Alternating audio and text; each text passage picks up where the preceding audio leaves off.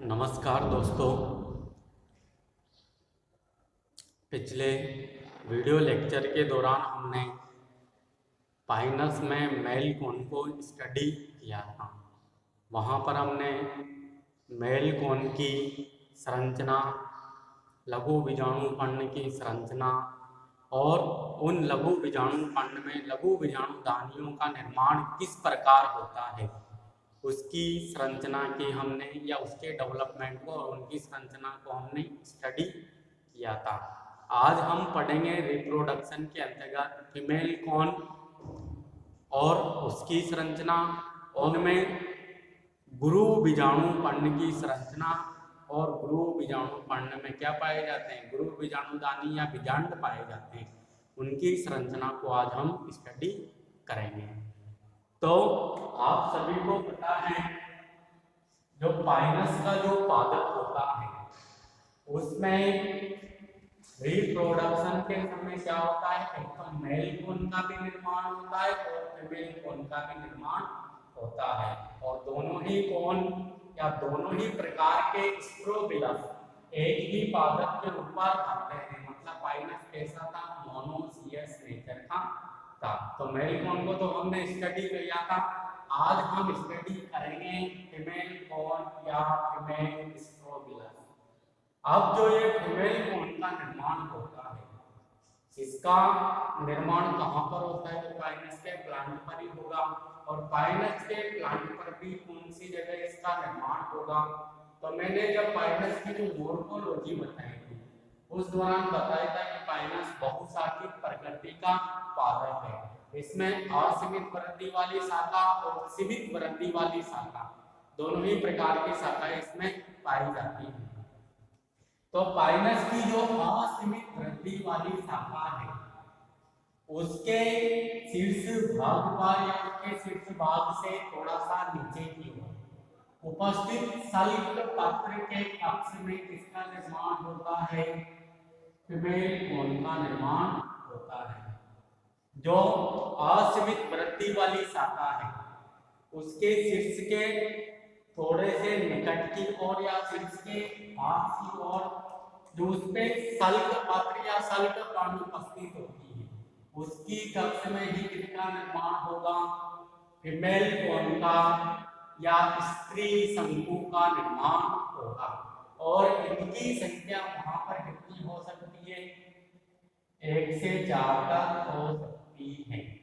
जबकि male cone के अंतर्गत हमने क्या पढ़ा था कि मेल कोन का निर्माण भी कहां पर होता है, असीमित वृद्धि वाली शाखा पर ही होता है और वह भी सल्क पर्ण के कक्ष में बनते हैं। और कैसे बनते हैं, समूह के रूप में बनते हैं और समूह में उनकी संख्या लगभग 140 तक हो सकती है। जैसे पाइनस वर्गाई की बात की थी, मतलब 20 या 14 से लगभग 140 तक हो सकती है। अलग अलग जातियों में मेल कोन की संख्या अलग अलग पाई जाती है, मतलब मेल कोन के समूह की संख्या अलग अलग पाई जाती है। परंतु यहाँ पर जो फीमेल कोन बनेंगे वह समूह में भी बन सकते हैं और एकल कोन में या सिंगल भी बन सकते हैं।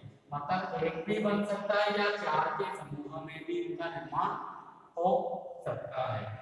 तो निर्माण की जगह कहाँ पर होगी, इनके असीमित वृद्धि वाली शाखा के शीर्ष भाग के निकट या शीर्ष भाग के समीप उपस्थित सल्क पर्ण के कक्ष में फीमेल कोन का निर्माण होगा। और इनकी संख्या कितनी हो सकती है, वहां पर 1 से 4 तक ये समूह के रूप में उपस्थित हो सकते हैं या 1 से 4 की संख्या में बन सकते हैं। और जो ये फीमेल कोन बनेगी इनका जो परिपक्वन काल होता है वह 3 साल का होता है। जो ये फीमेल कोन है इनका जो परिपक्वन जो काल है, मतलब 3 साल में यह परिपक्व होंगे। पहले साल तो क्या होंगे, थोड़े बहुत मात्रा में या काफी छोटे होंगे, मतलब थोड़ा बहुत इनका विकास होगा और 1 से 2 सेंटीमीटर ये लंबे होंगे और काफी छोटे होंगे। और कैसे होंगे, लाल तथा हरे रंग के, लाल हरे रंग के ये हमें दिखाई देंगे। तो फर्स्ट ईयर का जो फीमेल कोन होगा वह कैसा होगा, काफी छोटा होगा, लगभग 1 से 2 सेंटीमीटर का होगा। और इनका कलर कैसा होगा, लाल तथा हरा होगा। और जब सेकंड साल आएगा तो इस फीमेल कॉर्न में क्या क्या चेंजेस हो जाएंगे, इनके जो गुरु बीजाणु पन्न है वह थोड़े मामूली दूर दूर व्यवस्थित हो जाएंगे तथा इनका कलर भी थोड़ा बहुत चेंज हो जाएगा। परंतु इनके जो गुरु बीजाणु पन्न है वह पास उपस्थित होते हैं, ज्यादा दूर नहीं होंगे। इसके कंपैरिजन में तो दूर व्यवस्थित होंगे, परंतु इसके कंपैरिजन में काफी पास उपस्थित होंगे। जो थर्ड ईयर का जो फीमेल कॉर्न है उसके कंपैरिजन में बात करें तो इसके कंपैरिजन में तो काफी पास उपस्थित होंगे, परंतु इसके कंपैरिजन में जो फर्स्ट ईयर वाला जो फीमेल कॉर्न है इसके कंपैरिजन में थोड़े बहुत दूर व्यवस्थित होंगे। और इस दौरान इनका जो साइज होता है वह भी बढ़ जाता है, मतलब लगभग यह 8 से 10 सेंटीमीटर ऐसे हो जाएगी, साइज में काफी वृद्धि होगी।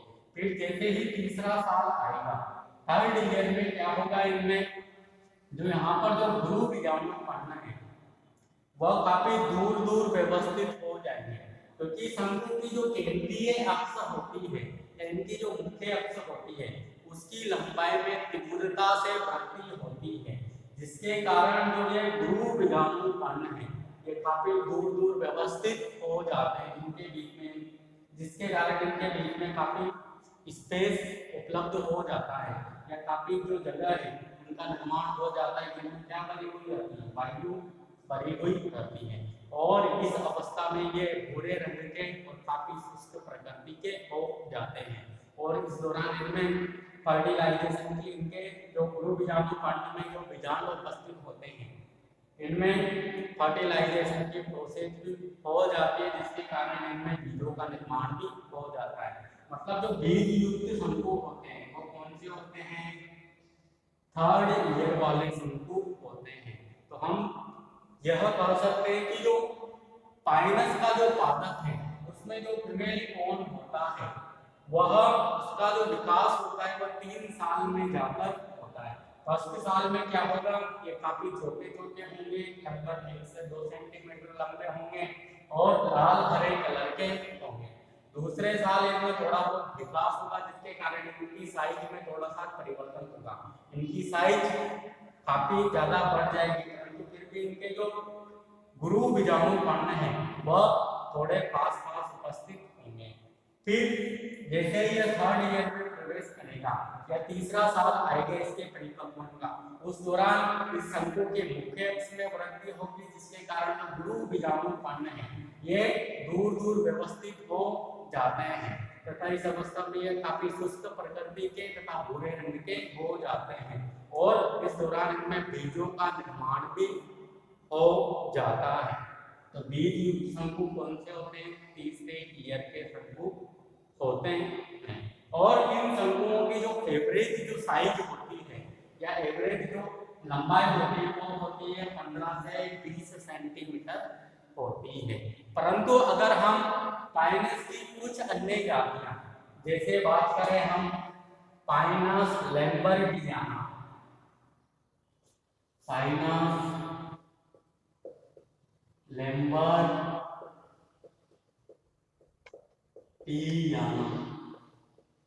इसमें जो शंकु की जो लंबाई होती है फीमेल कॉर्न की वह कितनी होती है, लगभग 60 सेंटीमीटर तक लंबे होते हैं। पाइनस लैम्बर्टियाना जो पाइनस की स्पीशीज है उसमें जो फीमेल कॉर्न होगा या फीमेल स्ट्रोबिलस होगा उसकी लंबाई कितनी होगी, 60 सेंटीमीटर होगी। इसी प्रकार पाइनस की एक अन्य जाति और है, उसका नाम है पाइनस कोल्टेनी, पाइनस कोल्टेनी।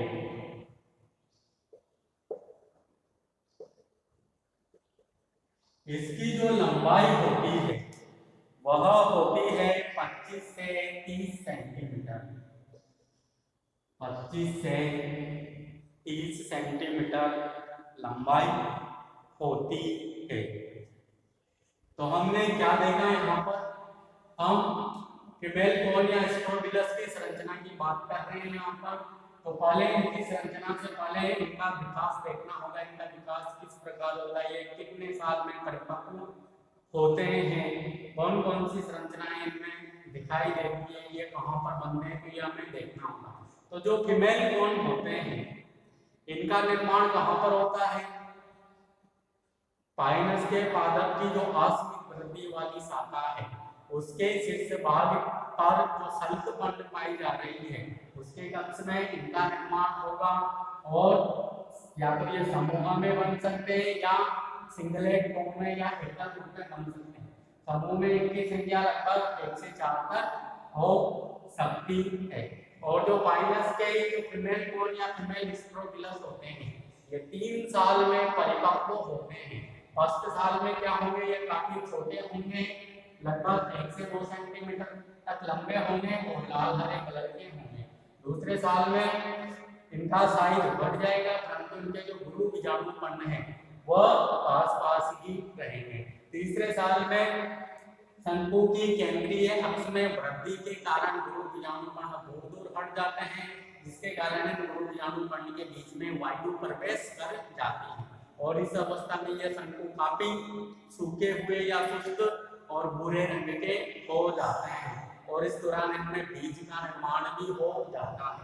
मतलब थर्ड ईयर के शंकु कैसे हैं, बीज युक्त शंकु है। और इनकी एवरेज साइज की बात की थी, एवरेज साइज कितनी है, 15 से 20 सेंटीमीटर है। परंतु पाइनस की जो 2 अन्य जातियां हैं, एक तो पाइनस लैम्बर्टियाना उसकी में जो शंकु पाए जाएंगे फीमेल शंकु 60 सेंटीमीटर लंबे होंगे, और पाइनस पोल्टेरी में 25 से 30 सेंटीमीटर लंबाई के होंगे। अब इन शंकुओं का निर्माण किसके द्वारा होता है, तो मैंने बताया था शंकुओं का निर्माण गुरु बीजाणुपर्ण के केंद्रीय अक्ष के चारों ओर सर्पिलाकार क्रम में व्यवस्थित होने से होता है। जैसे मेल कोन में लघु बीजाणुपर्ण केंद्रीय अक्ष के चारों ओर सर्पिलाकार मैनर में व्यवस्थित होते हैं, उसी प्रकार फीमेल कोन में गुरु बीजाणुपर्ण सर्पिलाकार मैनर में व्यवस्थित होकर फीमेल कोन का निर्माण करते हैं। अब जो यहाँ पर जो गुरु बीजाणुपर्ण है वह एक संयुक्त संरचना है, और उस गुरु बीजाणुपर्ण में 2 भाग पाए जाते हैं, एक तो सहपत्र सल्क और एक होता है बीजांडधर सल्क।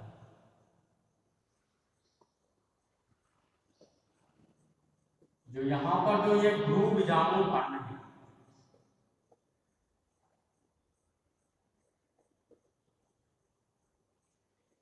इसकी संरचना काफी कॉम्प्लेक्स प्रकार की या जटिल प्रकार की होती है, जिसका निर्माण 2 प्रकार के सल्क पत्रों से होता है, एक तो सहपत्र सल्क और एक बीजांडधर सल्क।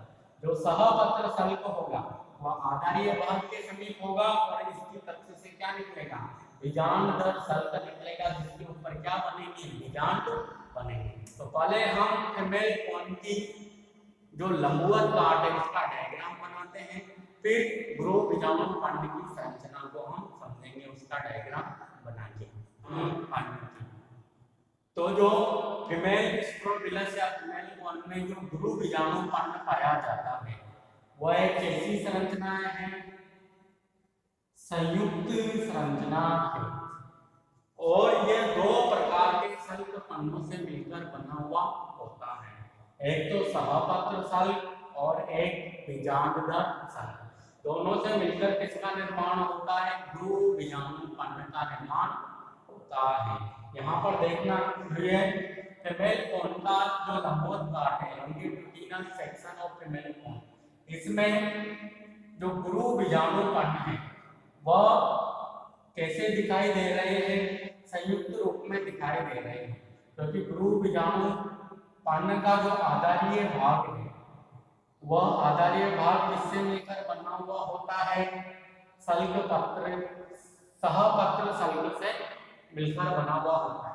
मतलब गुरु बीजाणुपर्ण में 2 भाग होते हैं, तो सहपत्र सल्क और एक बीजांडधर सल्क।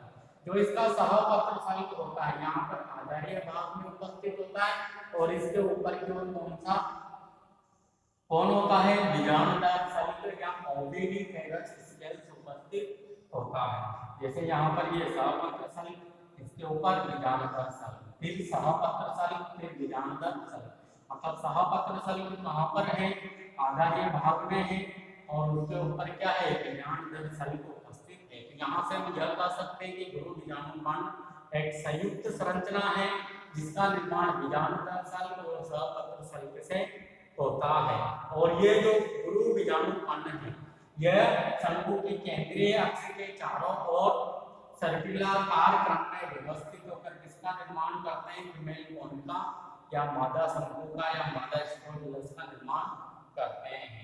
अब अगर हम इस गुरु बीजाणु कांड की संरचना की बात करें तो जो गुरु बीजाणु कांड की जो संरचना होती है, अगर इसके कलर को देखें तो प्रारंभिक अवस्था में जब हमने 1 साल वाला शंकु पढ़ा था तो उस अवस्था में तो ये कैसा होता है, हरा रंग का होता है।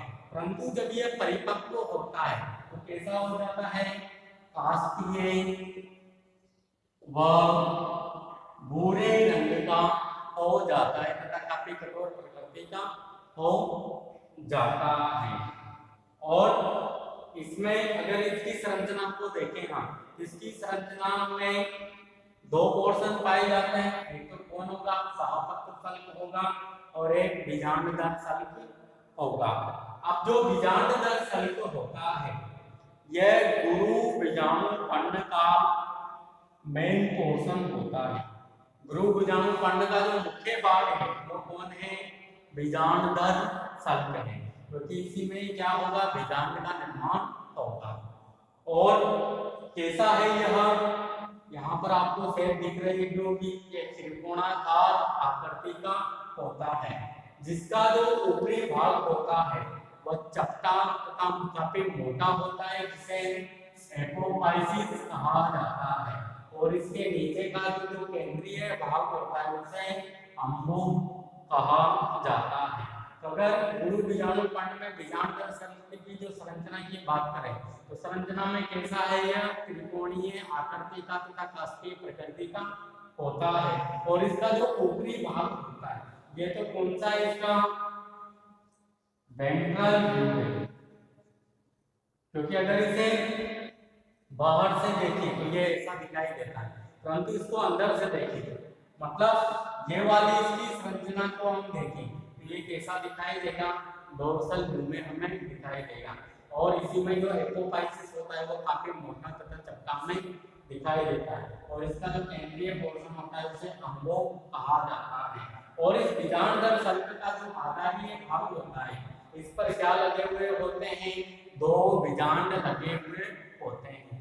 और इन बीजांड द्वार, उन बीजांडों के जो बीजांड द्वार होते हैं वह शंकु के केंद्रीय अक्ष की ओर होते हैं। जैसे यहाँ पर ये स्ट्रोबिलस है या शंकु है, तो इन बीजांडों का जो बीजांड द्वार वाला जो पोर्शन है वह किस ओर है, शंकु के केंद्रीय अक्ष की ओर होता है। मतलब जो बीजांड होते हैं वो कैसे होते हैं, नीचे की ओर झुके हुए होते हैं। और ये बीजांड कैसे होंगे, ऑर्थोट्रोपस प्रकार के होंगे। इसके बाद हम बात करते हैं सहपत्र सल्क की। तो जो सहपत्र सल्क होता है वह बीजांडर सल्क के क्या कहाँ पर होती है, नीचे होती है। और इसका कार्य क्या है, बीजांडर सल्क को सुरक्षा प्रदान करने का तथा जो बीजांड है, बीजांड में जब निषेचन की प्रोसेस होगी तो बीज बन चुके होंगे फाइनली जाके, उन बीजों के परिगणन में ये हेल्प करते हैं। तो जो सहपत्र सल्क होते हैं बीजांडर सल्क के आधारीय भाग में मिलेंगे और यह बीजांडर सल्क की सुरक्षा का और बीजों के परिगणन में यह सहायक होते हैं। तो ये भी गुरु बीजाणु कांड की संरचना। कितने भाग हैं, 2 भाग हैं। कौन कौन से हैं, एक तो बीजांडर सल्क और एक सहपत्र सल्क। बीजांडर जो सल्क होता है ये कैसा होता है, त्रिकोणाकार आकृति का होता है और अपरिपक्व अवस्था में तो ये ग्रीन कलर का दिखाई देगा, परंतु जैसे ही परिपक्व होगा ये भूरे रंग का तथा काष्ठीय प्रकृति का हो जाता है। और ये बीजांडर सल्क का जो ऊपरी भाग होता है वो काफी मोटा होता है, जिसे एपोफाइसिस कहा जाता है। ये कैसा भाग है, बंदे भाग है। फिर इसके नीचे का जो सेंट्रल वाला पोर्शन होता है या केंद्रीय भाग होता है उसे अम्बो कहा जाता है। और बीजांड शल्क का जो सबसे आधारी वाला पोर्शन होता है वो फलक भाग होता है। उसमें क्या होता है, दो बीजांड लगे हुए होते हैं और उन बीजांडों के जो बीजांड द्वार होते हैं वह केंद्रीय अक्ष के ओर उपस्थित होते हैं। यहाँ पर ये बीजांड लगे हुए होंगे और इनका जो बीजांड द्वार वाला पोर्शन है वो केंद्रीय अक्ष की ओर उपस्थित होता है। और यहाँ पर भी जो बीजांड पाए जाएंगे वो कैसे होंगे, ऑर्थोट्रोपस प्रकार के होंगे। तो ये कि हमने बीजांडदार शल्क की बात। अब अगर हम सहपत्रक शल्क की बात करें तो सहपत्रक शल्क कहाँ पर है, बीजांडदार शल्क के आधारीय भाग में उपस्थित है। और कार्य क्या है इनका, एक तो बीजांडदार शल्क की या ओव्यूलिफेरस स्केल्स की सुरक्षा का कार्य करना और बीजों के प्रकेंद्रण में कार्य करना। क्योंकि जो ये शंकु है ऐसे बंद है, जबकि ये सहपत्र जो शल्क है ये काष्ठीय प्रकृति के होंगे, तो ये बाहर की ओर निकल जाते हैं, ऐसे ऐसे मुड़ जाएंगे यहाँ से, जिसके कारण जो ये ओव्यूल्स है या जो ये बीज है ये यहाँ से मुक्त होते रहते हैं, जिनके प्रकेंद्रण में कौन हेल्प करते हैं, सहपत्र शल्क हेल्प करते हैं। अब इसके बाद हम इसी से रिलेटेड एक अगला टॉपिक देखेंगे, क्योंकि हमने यहाँ पर क्या पढ़ा, गुरु बीजाणु पिंड की संरचना पढ़ी, जो कि क्या है काफी कॉम्प्लेक्स प्रकार की है, क्योंकि इसमें दो पोर्शन पाए जा रहे हैं, एक तो बीजांडदार शल्क, एक सहपत्र शल्क। तो इन बीजांडदार शल्क की जो मॉर्फोलॉजिकल नेचर है या इनकी जो आकृतिक प्रकृति या स्वभाव है, इसके बारे में विभिन्न वैज्ञानिकों ने अपने मत या अपने विचार व्यक्त किए। तो उन वैज्ञानिकों के मत को देखेंगे कि किस वैज्ञानिक ने बीजांडदार शल्क को क्या कहा, किसी ने सहपत्र शल्क को कुछ और नाम दिया। तो उनके पॉइंट ऑफ व्यू से हम कुछ उनकी व्याख्याएं